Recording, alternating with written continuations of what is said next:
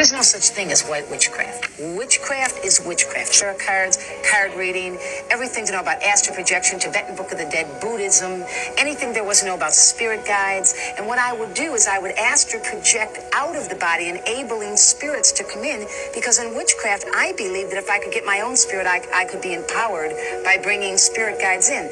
Now understand, I was of the mind that these spirits that were coming in, spirit guides, were nice. I became very, very studious about astrology, witchcraft, card reading, and that card reading became my niche. Sid, I would walk into a room with a deck of cards and read everybody's mail, just by that deck of cards, and I thought it was the best thing since the McDonald's hamburger. I thought I had finally come to a place of prominence because I could intimidate people. I could make them afraid of me because I was operating in these powers. And I never knew they were demonic, or I thought that I had come into this great power that I had been looking for. The trouble is, when you play with the devil, he doesn't play fair.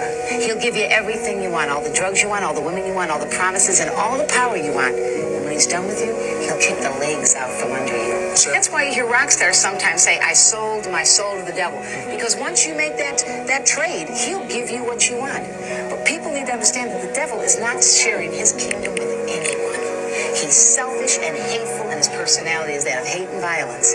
And so as I began to encounter these spirits, from a pleasant person, even though I was a fall-down drug addict, I began to take on the personality of the devil. I began to act. I began to hate. I began all the more. And I love to see people hurt. Like, I'd like to do a card reading where I knew a man was committing adultery. I'd name names, and it was just an evil behavior.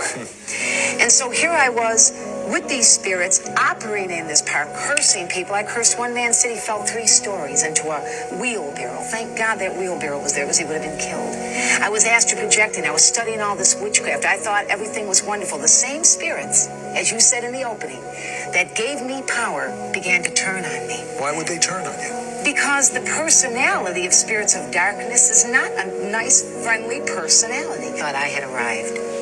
But as these spirits began to turn and to torment, the same spirits that gave me power to read cards and astral project and operate in the solical power, the psyche power, would turn on me. As if all of a sudden the same voices that would say, this man is committing adultery, or this woman steals at work, or this girl's going to get married last year, when I was reading cards, would now say to me, you should die. It's better to just die. Said I would walk around with a gun in my mouth. I can remember the metal used to burn my tongue. I would just suck on a gun, waiting for the moment to stop this power that I had entered into, to stop the destruction of my mind. My drugs increased. I would take needles, Sid, and people that were the worst drug addicts in town would not get high with me.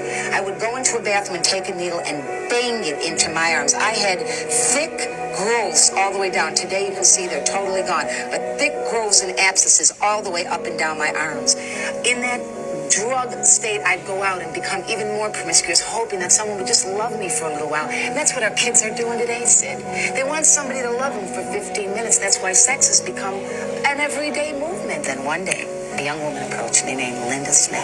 And you know what, Sid? She really believed in the power of God. She walked the walk and just didn't talk the talk. A lot of people talk the talk, but they don't walk the walk. And Linda just showed the love of God in the way she acted. She didn't come out with all these spiritual lingo. She was a man to me, a man that didn't rape you, beat you, use you, put you on the streets and stick needles in your arms. A man that was the Son of God who loved you for the way you are, not for 15 minutes. Church, you took me up to Pastor Why did you go to church? Because I was dying.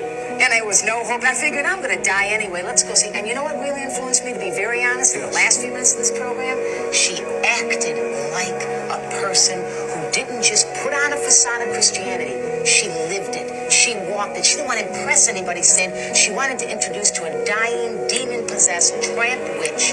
She wanted to introduce that human being to a man who changed her life.